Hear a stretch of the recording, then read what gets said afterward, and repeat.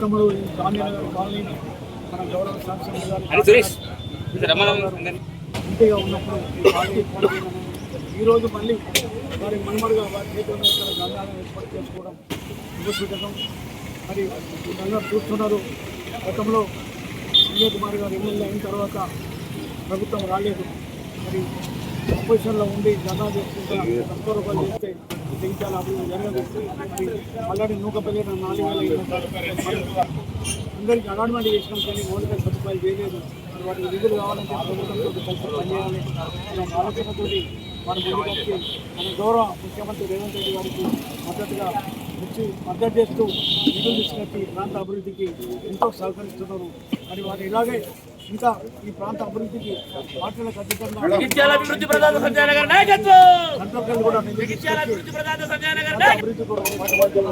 మరి మిత్రులారా, మనం అందరం రేవంత్ రెడ్డి గారికి మద్దతు చేయాలి. అలాగే కుమార్ గారు కూడా మనం మద్దతు చేసి ఇంకా అభివృద్ధి పథంలో తీసుకెళ్ళి ప్రభుత్వ పథకాల ప్రజల్లో చెప్పాలి. ఈరోజు ఉచిత బస్ 500 సిలిండర్ కానీ ఇప్పుడు నిరుద్యోగులకు 65,000 మందికి నిరుద్యోగులు ఇచ్చి అవకాశాలు కల్పించారు. ఇంకా నోటిఫికేషన్ ఎన్నో అభివృద్ధి పనులు చేసుకుంటూ పోతున్నారు. కాంగ్రెస్ కార్యకర్తలు దాన్ని ఇంటింటికి తీసుకెళ్లి ప్రచారం చేసి రేపు రాబోయే స్థానిక సంస్థల ఎన్నికల్లో తప్పకుండా మనం కాంగ్రెస్ పార్టీ అందరినీ ఈ ప్రాంత అభివృద్ధికి మనం దోహదపడదామని చెప్పి ఈ కార్యక్రమంలో పాల్గొనే అవకాశం కల్పించిన అందరికీ కూడా ధన్యవాదాలు.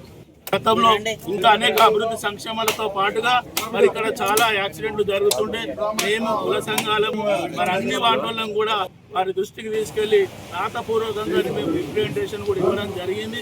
వారు ఆ రిప్రజెంటేషన్ ఆధారంగా వారు మరి ఢిల్లీ నుండి మరి బ్లాక్ స్పాట్ రోడ్ కింద దాన్ని గుర్తించి వారు మంత్రివర్గ సహకారంతో వెళ్ళి ఢిల్లీకి వెళ్ళి ప్రత్యేకమైనటువంటి 18 కోట్లు నిధులు మంజూరు చేయించి మరి ఇక్కడ డబల్ రోడ్ వేయడం వల్ల ఇలా చాలా ఈ ప్రాంతం కూడా అభివృద్ధి చెందుతుంది. అదేవిధంగా ఒక విజ్ఞప్తి ఎమ్మెల్యే గారికి అదే ఇప్పుడు మన డబల్ రోడ్ కూడా నిర్మాణం చేసుకున్నాం. దానికి సంబంధించి సెంట్రల్ లైటింగ్ కూడా ఏర్పాటు చేయాలని చెప్పి ఈ ప్రాంతం తరఫున విజ్ఞప్తి.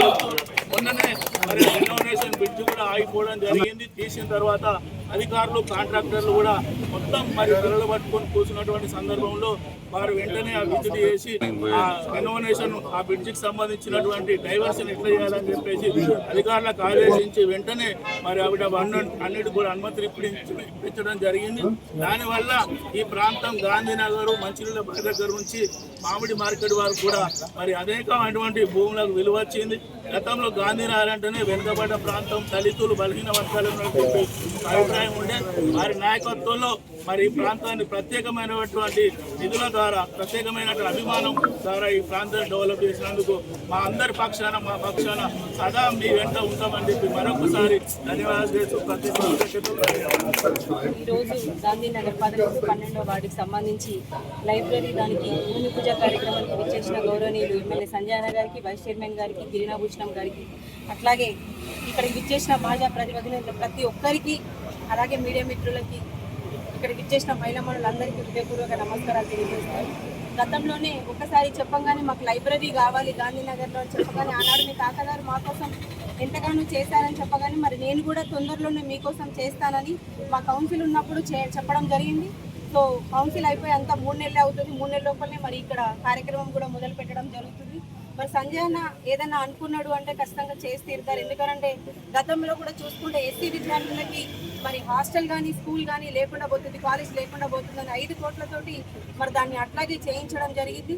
మరి ఏదైనా కానీ ఎస్టీకి సంబంధించిన బడుగు బలహీనకి సంబంధించిన విద్యార్థులందరూ ఉన్నత స్థాయిలో ఉండాలి, చదువుకోవాలి. దానికి నిదర్శనం మా కమిషనర్ గారు.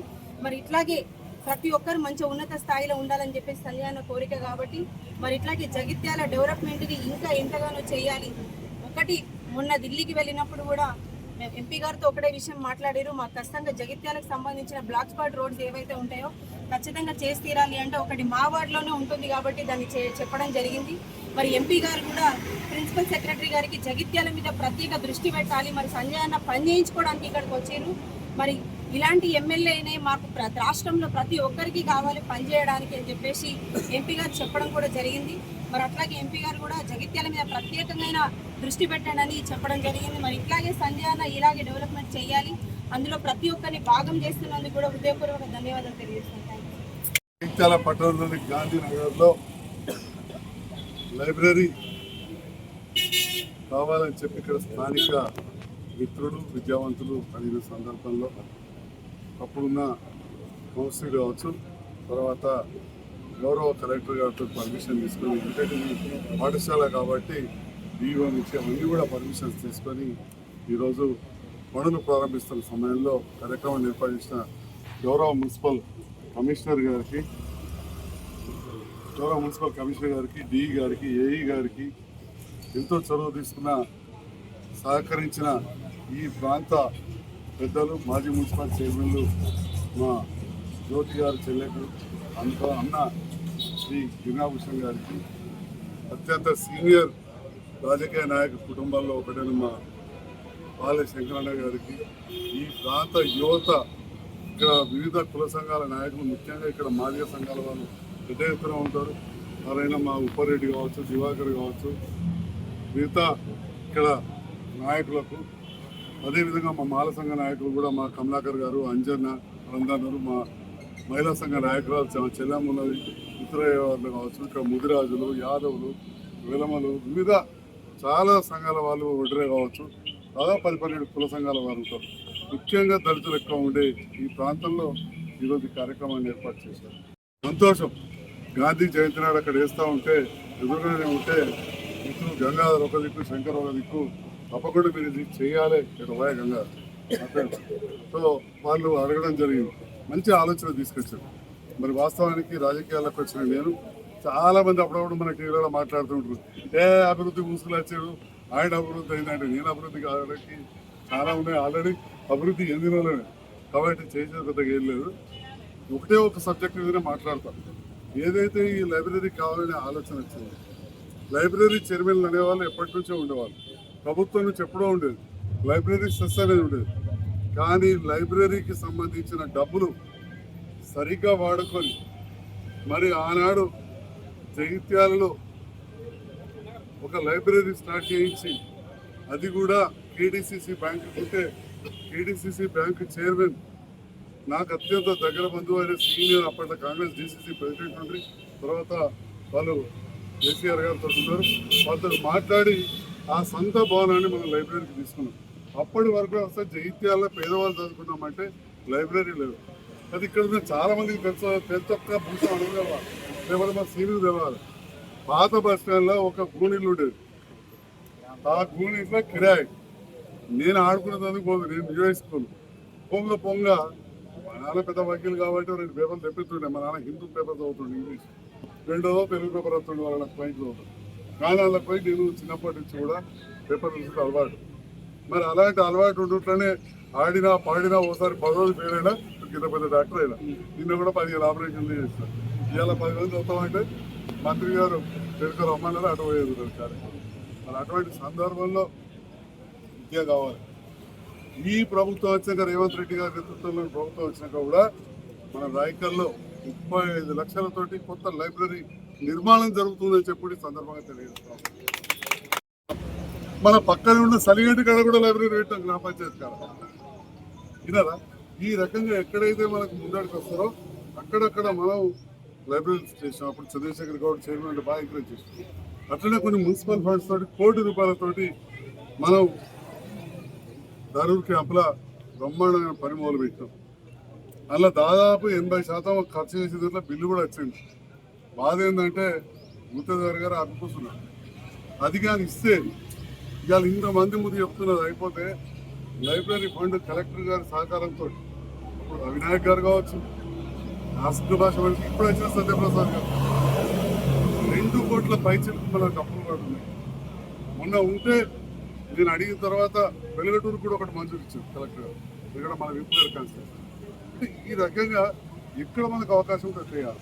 ఇంతకుముందు చెప్పిన తమ్ముడు విద్యనే ఉంటేనే అన్నిటికీ మనకు వికాసం, విద్యతోనే వికాసం, మిగతా అన్ని దాంట్లో 10 ఉమ్మడి జిల్లాలు ఉంటే 11వ ఎస్సీ స్టడీ సర్కిల్ ఎక్కడ చాలిందంటే జయించాలని చెప్పి చెప్తారు. ఇక్కడ ఉద్యోగస్తులు ఉండుంటారు, వివిధ ప్రాంతాల్లో పనిచేసే వాళ్ళు ఉండుంటారు, మీకు ఫ్రెండ్స్ ఉంటారు, రాజకీయ నాయకులు ఉంటారు, మిత్రులు. తెలుసుకొని ఏ మున్సిపల్ చైర్మన్ అని అడిగాడు, 10 ఉమ్మడి జిల్లాలకు ఉంటే 11వ జగిత్యాల. అదేవిధంగా 10 ఉమ్మడి జిల్లాలకు బీసీ స్టడీ సర్కిల్ ఉంటే 11వ జగిత్యాల పెడదామంటే రెంట్ కొద్దిగా అప్పుడున్న ప్రభుత్వంలోని ఆర్థిక ఇబ్బంది ఉంటే నా సొంత భవనం ఇచ్చి రోజు 100 మందికి భోజనాలు కూడా అరేంజ్ చేసి బుక్స్ ఇచ్చారు. స్టాఫ్ బుక్స్ ఏమో బుర్రా వెంకటేశ్వర గారు సెక్రటరీ, విజయ్ కుమార్ గారు లైబ్రరీకి సంబంధించి టోటల్ బుక్స్ స్టాఫ్ వారిస్తే రోజు మధ్యాహ్నం భోజనం పెట్టారు. అట్లనే ఇప్పుడున్న లైబ్రరీ ఏదైతే పోలీస్ స్టేషన్ పక్కన మొన్న గ్రూప్ 1, గ్రూప్ 2, గ్రూప్ 3, గ్రూప్ 4 అయ్యేంత వరకు కూడా 70-80 మంది పిల్లలు వచ్చి చాలా గొప్పగా చదువుకున్న సందర్భంలో అక్కడ మరి భోజనం మాకు ఆకలి అవుతుంది. అంతకుముందు నేను పోయిన ఎలక్షన్ గెలిచిన తర్వాత ప్రభుత్వం పోయింది, కొద్దిగా నేను కూడా కన్ఫ్యూజన్ ఉంది. పిల్లలు వచ్చి మధ్యాహ్నం ఆకలి అవుతున్నారు సార్ అని చెప్పి విద్యార్థులు పాపం చదువుకుందాం అనుకునే సామాన్య కుటుంబాలు వస్తే వెంటనే రోజు 100 మందికి 80 మందికి ప్రతిరోజు కూడా అరేంజ్ చేస్తే వాళ్ళు ఎంత సంతోషపడ్డారంటే వాళ్ళకి గొప్ప చెప్పుకునేది కాదు. ఒక పెళ్లికి పోతే అసలు నేనే ఆశ్చర్యపడ్డా. వాళ్ళకి అన్న చదువుకుంటేనే ఉద్యోగం వచ్చిందంటే మొత్తం మంది వచ్చి ఫోటో. అంటే విద్య పైన మనం ఈ రకంగా ఆలోచన చేస్తాం.